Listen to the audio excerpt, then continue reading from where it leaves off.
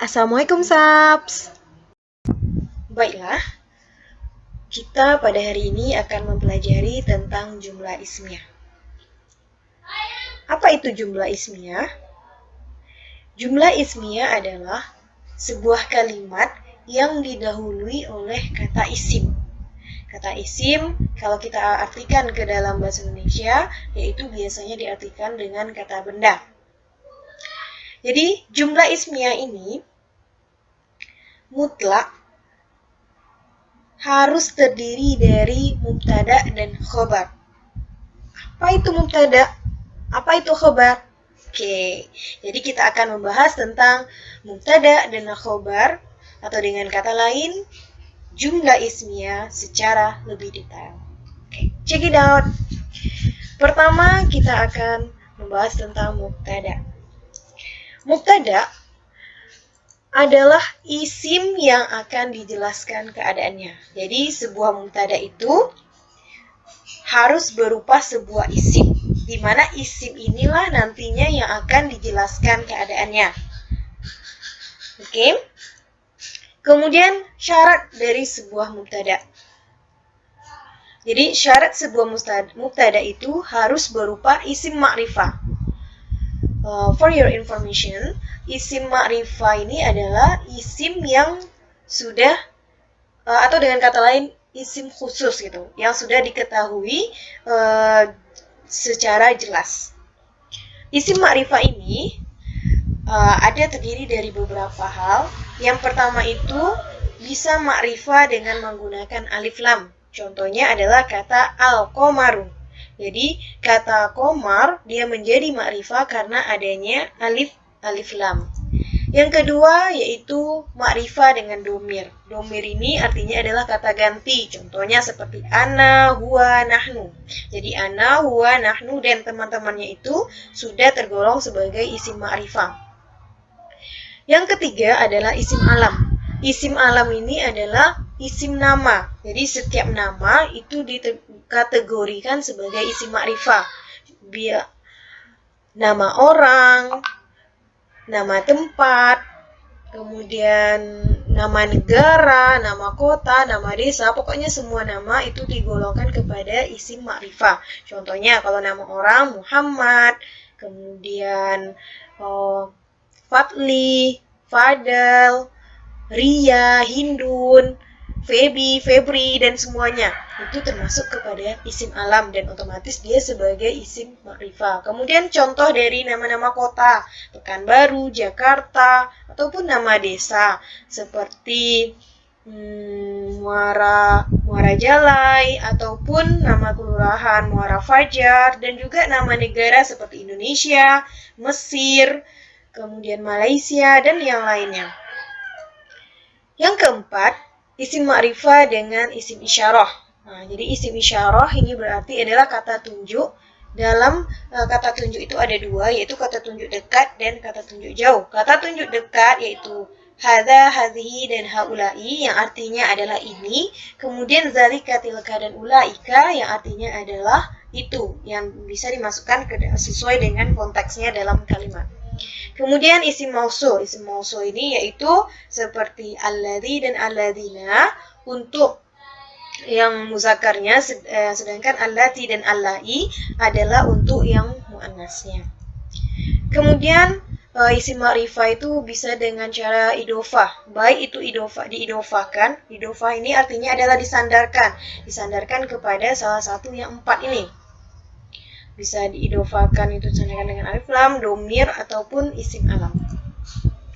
Kembali lagi ke mubtada. Mubtada itu i'rabnya. I'rabnya sebuah mubtada itu adalah harus rofa. Apa itu rofa? Nah, ini nanti akan kita jelaskan secara khusus di bab pembahasan i'rab. Untuk diketahui, i'rab dari mubtada ini adalah rofa. Kemudian khobar. Tadi ada mubtada. Jika ada mubtada, maka harus ada khobar. Ketika mubtada dan khobar sudah lengkap, maka barulah disebut dengan jumlah ismiyah yang sudah lengkap. Khobar, pengertian dari khobar ini adalah Khobar itu dapat berupa kata ataupun dapat berupa kalimat yang akan menjelaskan keadaan atau perihal dari mubtada tadi. Mubtada adalah sebuah isim yang akan dijelaskan keadaannya oleh si khobar. Jadi khobar itu adalah si penjelasnya. I'rab dari khobar ini adalah rofa sama seperti mubtada. Syarat dari khobar. Ada beberapa syarat yang harus dipenuhi oleh khobar sehingga dia bisa menjadi khobar. Yang pertama, khobar itu harus sama dalam hal bilangannya dengan mubtada. Jika jumlah atau bilangan dari mubtada itu mufrad, maka khobarnya juga harus dalam bentuk kata mufrad, tasniyah ataupun jamak. Contohnya di sini dalam bentuk mufradnya. Ana muslimun. Kata ana di sini adalah sebagai mubtada'nya. Ana adalah bentuk mufrad yang artinya saya. Maka pemilihan kata muslim yang digunakan adalah kata muslimun, yaitu dalam bentuk kata mufrad, dalam kata tunggal. Contoh tasniyah. Tasniyah ini artinya adalah dua orang. Contohnya huma muslimani. Huma adalah sebagai mubtada'nya, yakni dua orang laki-laki. Maka kata muslim yang digunakan adalah muslimani. Muslimani ini adalah bentuk tasniyah dari kata muslim ini. Ini mufradnya dan ini muslimani dalam bentuk tasniyahnya. Jadi kalau kita ingin mengatakan ana muslimun, saya seorang muslim, maka digunakan kata ana muslimun. Tapi kalau ingin kita mengatakan dua orang muslim, maka kita harus menggunakan kata huma muslimani. Nah, jadi di sini dua, maka khobarnya juga dua. Contoh jamaknya. Ya, coba kita gunakan contoh jamaknya yaitu kata nahnu.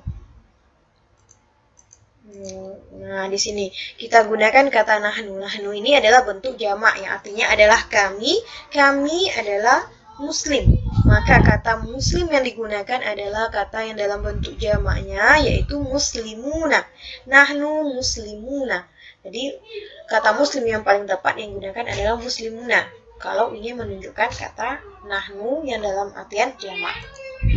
Oke, yang kedua, syarat dari khobar itu harus sama dalam hal jenisnya dengan mubtada. Jadi setiap kata dalam bahasa Arab itu tergolong terhadap dua, muzakkar dan mu'annas. Nah, ini ketika mubtada'nya adalah muzakkar, maka khobarnya juga muzakkar.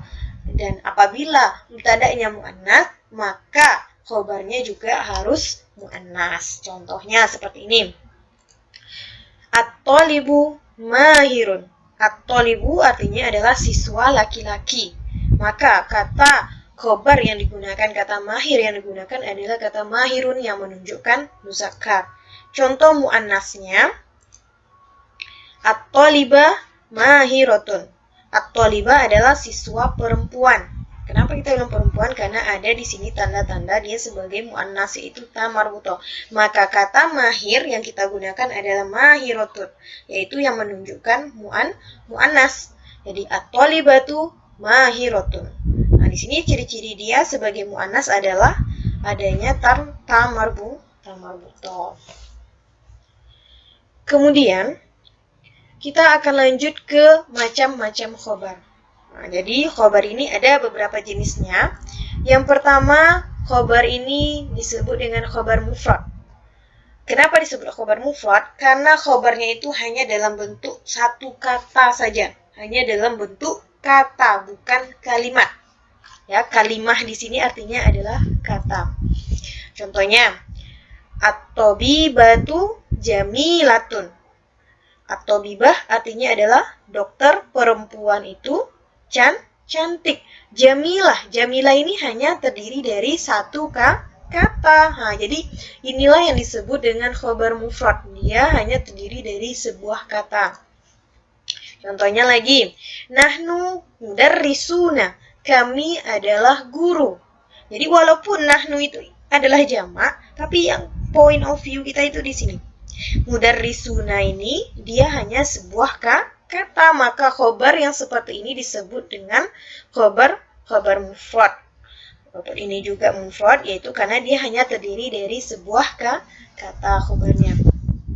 Yang kedua, ada namanya khabar ghairul mufrad. Ghairul mufrad ini artinya adalah yang bukan mufrad atau yang bukan bentuk tunggal. Jadi yang bukan bentuk tunggal itu, yakni yang pertama, terdiri dari syibhul jumlah. Syibhul ini adalah menyerupai jumlah. Jumlah ini artinya adalah kalimat. Jadi dia menyerupai kalimat. Bagaimana cara kita membedakan apakah dia itu sebagai mufrad atau ghair mufrad? Kita harus pahami bahwa mufrad itu dia terdiri dari satu kata, sedangkan ghair mufrad dia itu terdiri dari dua dan lebih dari kata. Jadi lebih dari dua dan lebih. Jadi syibhul jumlah dia itu menyerupai sebuah kalimat, tapi dia itu tidak memiliki makna yang sempurna. Berbeda dengan jumlah. Syibhul jumlah ini ada dua. Yang pertama itu bisa dengan cara jar wa majrur. Dan cara jar majrur itu apa? Ketika sebuah kata didahului oleh huruf jar. Kita sudah mempelajari tentang huruf jar. Yang satunya itu fi. Contohnya di sini at-thalibu fil fasli. At-thalibu. Nah, jadi cara kita menentukan gimana sih cara kita mencari mubtada itu? Nah, cara mudah untuk menentukan mubtada, kita kembali ke syarat sebuah mubtada. Syarat dari sebuah mubtada itu dia harus ma'rifah. Kita lihat kata yang pertama. Apakah dia sudah ma'rifah? Ya, betul. Ternyata dia sudah ma'rifah. Kenapa dia ma'rifahnya? Yaitu ma'rifah dengan ada alif lam. Berarti kita bisa langsung menetapkan bahwa kata at-thalibu sebagai mubtada'nya. Maka kata setelahnya itu bisa kita anggap sebagai khobarnya. Kemudian at-thalibu fi artinya apa? Dalam. Jadi khobar itu penjelasannya adalah kata atau kalimat yang akan menjelaskan dari mubtada tadi. Apakah dengan hanya kata fi atau kata di dalam sudah menjelaskan dari keadaan dari at-thalib? Tidak, maka kita mencari kata yang lain yang bisa melengkapi kalimat tersebut. Kemudian kita lihat di sini ada fil fasli, maka di dalam kelas. Kalau kita gabungkan at-thalibu fil fasli, seorang siswa ada di dalam kelas. Apakah kita sudah memahami makna dari kalimat ini? Ya, kita sudah tahu, oh ternyata ada siswa di dalam kelas. Berarti kalimat ini sudah bisa dianggap sempurna. Atau sudah bisa kita menganggap itu sebuah kalimat yang sudah dipahami atau sudah sempurna. Kemudian mubtada'nya di sini ada at-thalib dan khabarnya adalah fil fasli. Khabar fil fasli ini disebut dengan khabar ghairul mufrad, yakni syibhul jumlah, yakni jar wa majrur. Kenapa jar majrur? Karena dia didahului oleh huruf jar. Kemudian contoh syibhul jumlah yang kedua itu bisa berupa dzaraf dan mudhaf ilaihnya. Contohnya adalah Hindun amamal madrasati. Hindun ada di depan sekolah. Hindun. Nah, kita lihat di sini. Kata yang pertama, apakah Hindun sudah memenuhi kriteria sebagai mubtada? Kita ingat, jangan lupa syarat dari mubtada itu harus isim ma'rifah. Hindun. Hindun ini apa? Ternyata Hindun ini dia ma'rifah dengan cara dia adalah nama orang. Nama isim alam mutlak sebagai isim ma'rifah. Maka Hindun sudah bisa dijadikan sebuah mubtada. Ketika ada mubtada, maka dia butuh penjelas atau yang disebut dengan khobar. Maka dari itu amama ini artinya apa? Amama ini artinya adalah di depan. Nah, kalau kita hanya mengatakan Hindun amama, kita tentunya belum terlalu paham dari maksud dari kalimat tersebut. Maka kita butuh pelengkap sehingga kita memahami betul maksud dari kalimat tersebut. Dan kita lihat kalimat setelahnya, Hindun amamal madrasah. Hindun ada di depan sekolah. Kalau sejauh ini kita sudah bisa memahami dari kalimat tersebut. Maka kalimat ini sudah disebut dengan kalimat yang lengkap. Ada mubtada'nya Hindun dan khobarnya adalah amamal madrasah. Hindun ada di depan sekolah. Hindun mubtada, khobarnya adalah khobar ghairul mufrad, yakni syibhul jumlah, dzaraf dan mudhaf ilaihnya. Dzaraf itu apa? Dzaraf itu adalah tempat atau keterangan tempat, bisa keterangan tempat ataupun keterangan waktu. Kalau di sini kita digunakan contohnya ada keterangan tempat, yaitu depan. Madrasah ini adalah mudhof ilaihnya. Kemudian khabar ghairul mufrad yang kedua itu adalah berupa jumlah atau berupa kalimat yang sudah lengkap. Nah, untuk kalau kita berbicara jumlah, nah tentunya kita sudah paham bahwa dalam bahasa Arab itu jumlah terbagi dua. Yang pertama ada jumlah ismiyah dan juga jumlah fi'liyah. Kalau kita berbicara mengenai jumlah ismiyah, maka tidak akan jauh-jauh lagi dari mubtada dengan khabar. Jadi, dalam sebuah kalimat ada dalam sebuah jumlah ismiyah, ada lagi jumlah ismiyah lainnya di dalamnya. Ya, bisa jadi seperti itu. Contohnya seperti ini. Fadilun, abuhu, muhandisun. Nah, di sini bagaimana cara kita mencari mubtada dan khabarnya? Ingat caranya lagi, kita harus pastikan mubtada itu dia adalah sebuah isim ma'rifah. Kita lihat kalimat kata yang pertama Fadil. Fadil apakah dia sudah ma'rifah? Ya, ternyata dia sudah ma'rifah. Ma'rifah dengan apa? Isim alam. Ya, betul sekali, Fadil ini adalah nama orang. Fadil. Kenapa sih Fadil? Maka kita lihat kalimat setelahnya. Ayahnya, abuhu, ayahnya. Abu muhandisun. Nah, di sini ada kalimat didahului oleh isim. Setiap kalimat yang didahului oleh isim maka disebut dengan jumlah ismiyah. Maka khobarnya adalah disebut dengan khobar jumlah ismiyah karena khobarnya itu berupa kalimat yang didahului oleh isim, yaitu abuhu ayahnya, muhandisun insinyur. Fadil ayahnya adalah seorang insinyur. Jadi di sini kita bisa tahu bahwa khobar dari kata Fadil ini adalah khobar dalam bentuk jumlah ismiyah, yaitu abu muhandisun. Yang kedua adalah jumlah fi'liyah. Kalau tadi ismiyah adalah sebuah kalimat yang didahului oleh isim, sedangkan fi'liyah adalah kalimat yang didahului oleh kata fi'il. Ya, betul sekali fi'il. Fi'il ini adalah sebuah kata kerja. Kita lihat contohnya di sini. Umar ya'kulu al-khubza. Umar sedang memakan roti. Jadi di sini kita lihat untuk menentukannya Umar adalah sebagai mubtada karena dia adalah isim ma'rifah dari alam. Kemudian kita cari keterangan apa sih yang dilakukan oleh si Umar ini. Ternyata penjelasannya adalah Umar dia sedang memakan roti. Ya'kulu ini adalah sebuah fi'il mudhorik, maka khobarnya ini ya'kulu al-khubza itu disebut dengan khobar ghairul mufrad, yakni jumlah fi'liyah. Kenapa jumlah fi'liyah? Karena dia didahului oleh fi'il. Setiap ada fi'il harus atau wajib ada fa'ilnya, dan biasanya juga ada beberapa fi'il yang membutuhkan maf'ulun bih. Di sini fa'ilnya bisa kita lihat adalah fa'ilnya dhamir mustatir huwa yang kembali kepada Umar. Kemudian ternyata fi'il ini ya'kulu ini dia membutuhkan maf'ulun bih atau objek, ya, maka objeknya di sini yang dikatakan adalah al-khubza, yaitu roti. Jadi Umar dia sedang memakan roti. Nah, bagaimana? Apakah kita sudah paham dengan kalimat tersebut? Ya, kita sudah paham. Itu artinya ini merupakan sebuah kalimat sempurna, yaitu Umar sebagai mubtada, khobarnya adalah khobar jumlah fi'liyah, yakni ya'kulu al-khubza. Oke? Umar dia sedang memakan roti. Oke, saya rasa itu adalah penjelasan singkat tentang jumlah ismiyah. Pembelajaran tentang jumlah ismiyah. Sebelum saya tutup pembelajaran ini, kita review ulang kembali sebuah jumlah ismiyah. Jumlah ismiyah itu adalah sebuah kalimat yang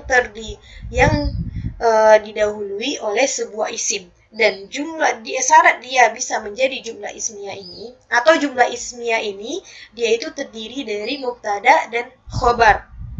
Mubtada tadi sudah dijelaskan, pengertiannya adalah sebuah isim ma'rifah yang akan dijelaskan keadaannya, sedangkan khobar adalah penjelasan dari si mubtada tadi. Kemudian Mubtada dan khobar ini kedua-duanya i'rabnya harus dalam fi mahalli raf'in. Keduanya harus dalam keadaan rofa. Sekian penjelasan dari saya tentang jumlah ismiyah. Jika kalian memiliki pertanyaan atau masih memiliki kurang paham tentang jumlah ismiyah, bisa diberikan komentar di kolom komentar. Syukran. Nakhtatim durusana biqiraatil hamdalah wa du'a kafaratul majlis. Subhanakallahumma wa bihamdika asyhadu an la ilaha illa anta astaghfiruka wa atubu ilaik. See you di pembelajaran selanjutnya.